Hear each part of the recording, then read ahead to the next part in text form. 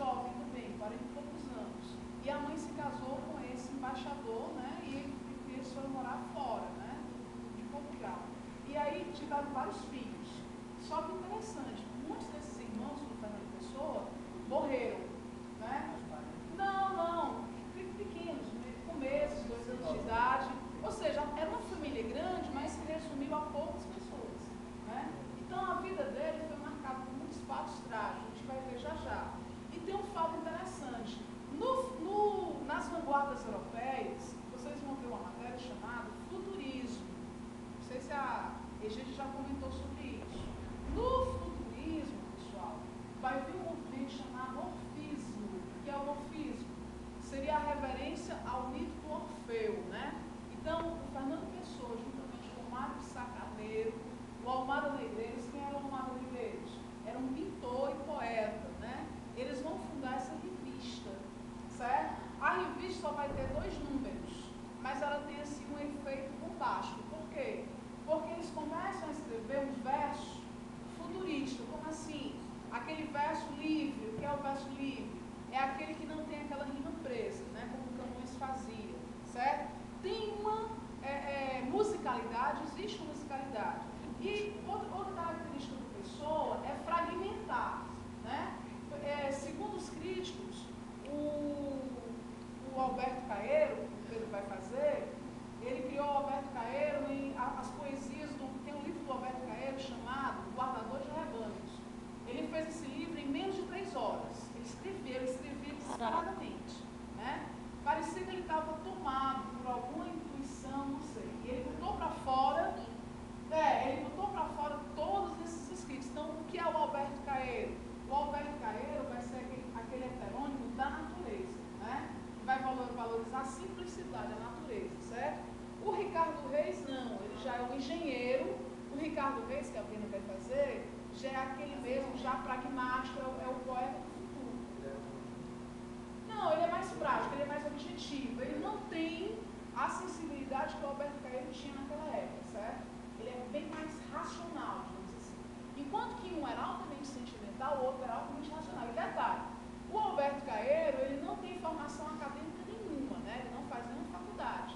E o Ricardo Reis, sim, né? Chega a fazer o curso de medicina. E o barato é que ele faz todo um levantamento do personagem. Então, se você for atrás, a impressão que a gente vai ter é que essas pessoas realmente existiram, certo? Porque é muito verídico, é muito perfeito, né? Essa criação dele. E esse estilo dele marcou a literatura portuguesa, né? Talvez depois dele, poucos, não vou dizer, cuidado, não é pseudônimo, não é a mesma coisa não.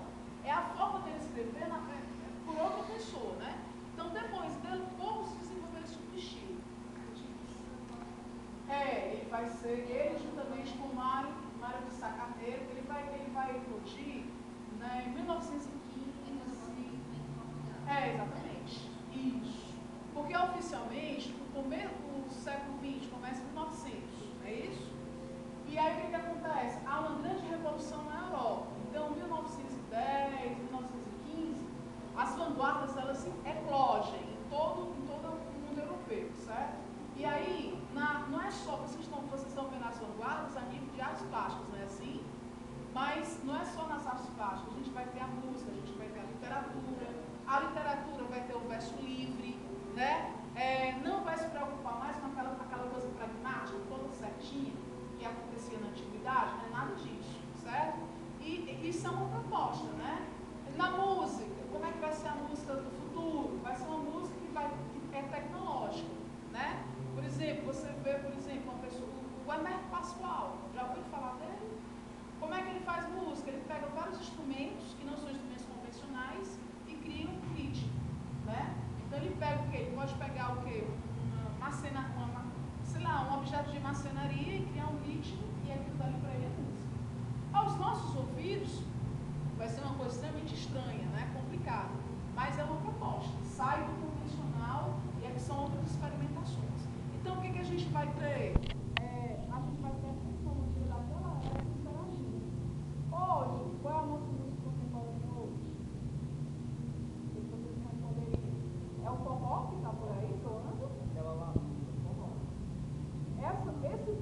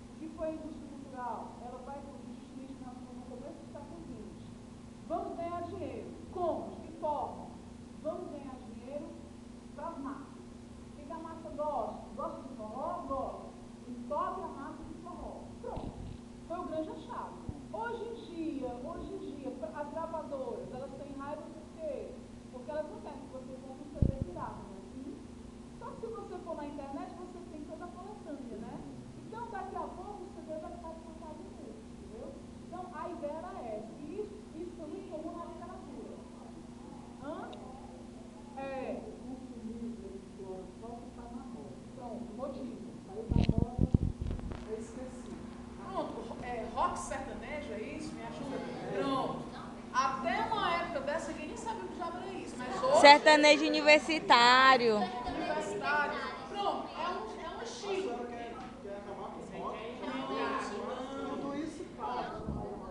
que eu quero dizer é que são estilos, né? Que passam. Daqui a pouco você não sabe nem o que é esse rock universitário. Que rock Sertanejo. Não é forró universitário, é sertanejo universitário. Não é o rock antigo, não. Você vê que as bandas. Eu nasci.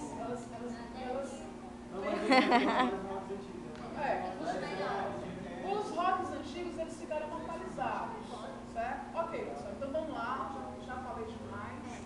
Vira o som pra baixo, né? Não, Patrícia, bota aí. Ó, vamos fazer o seguinte, o som tá bem baixinho, certo? Vamos fazer isso. Silêncio no 7, gravando. Thaísa, essa música... Começou. Tá baixo demais, cara.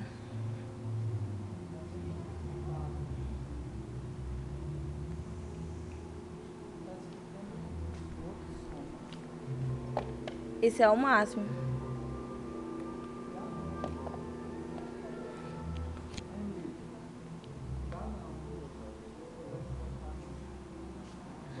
Se for esperar a música...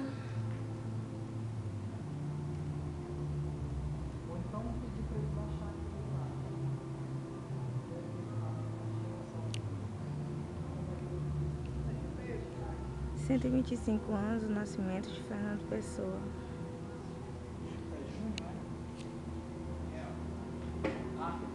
Dá pra tirar aquele som bastante e não pensar em nada. O que penso eu do mundo? Sei lá. Se eu adoecesse, pensaria nisso. Que ideia tenho eu das coisas? Que opinião tenho sobre as causas e sobre os efeitos? Que ideia tenho eu sobre Deus e sobre a alma? Para mim, pensar nisso é não pensar. Fechar os olhos, olhar as cortinas de minha janela.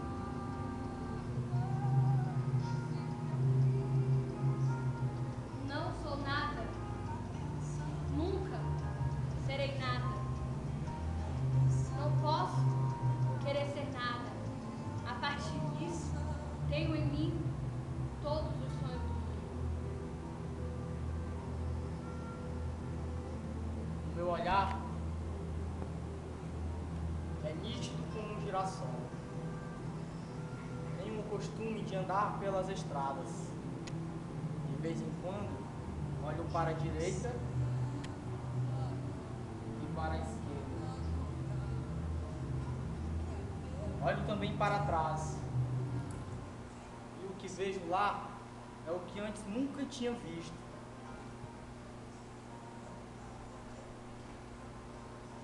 Isso nunca tinha visto.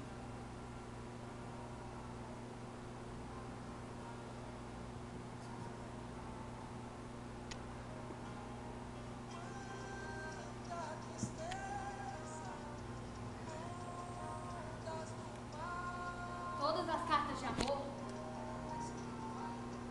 são ridículas. Não seriam cartas de amor se não fossem ridículas.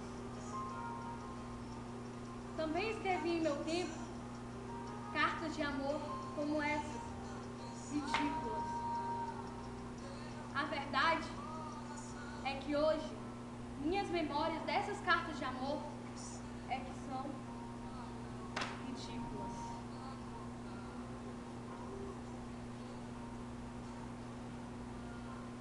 Passo uma borboleta por diante de mim.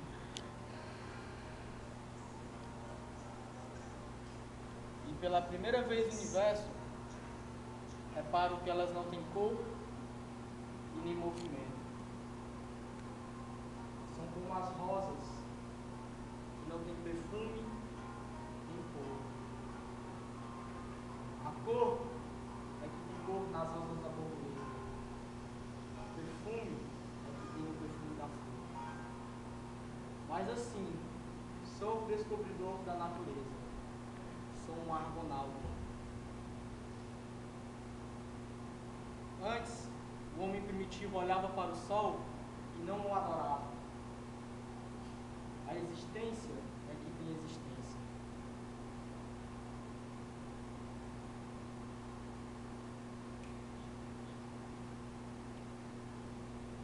Às vezes, tenho ideias felizes. Ideias subitamente felizes. E nas ideias, nas palavras que desapegam naturalmente. Depois de escrever, leio. Por que escrevi isso? De onde me veio isto? Seremos nós apenas nesse mundo canetas com tinta com que alguém escreve a valer o que aqui nós traçamos.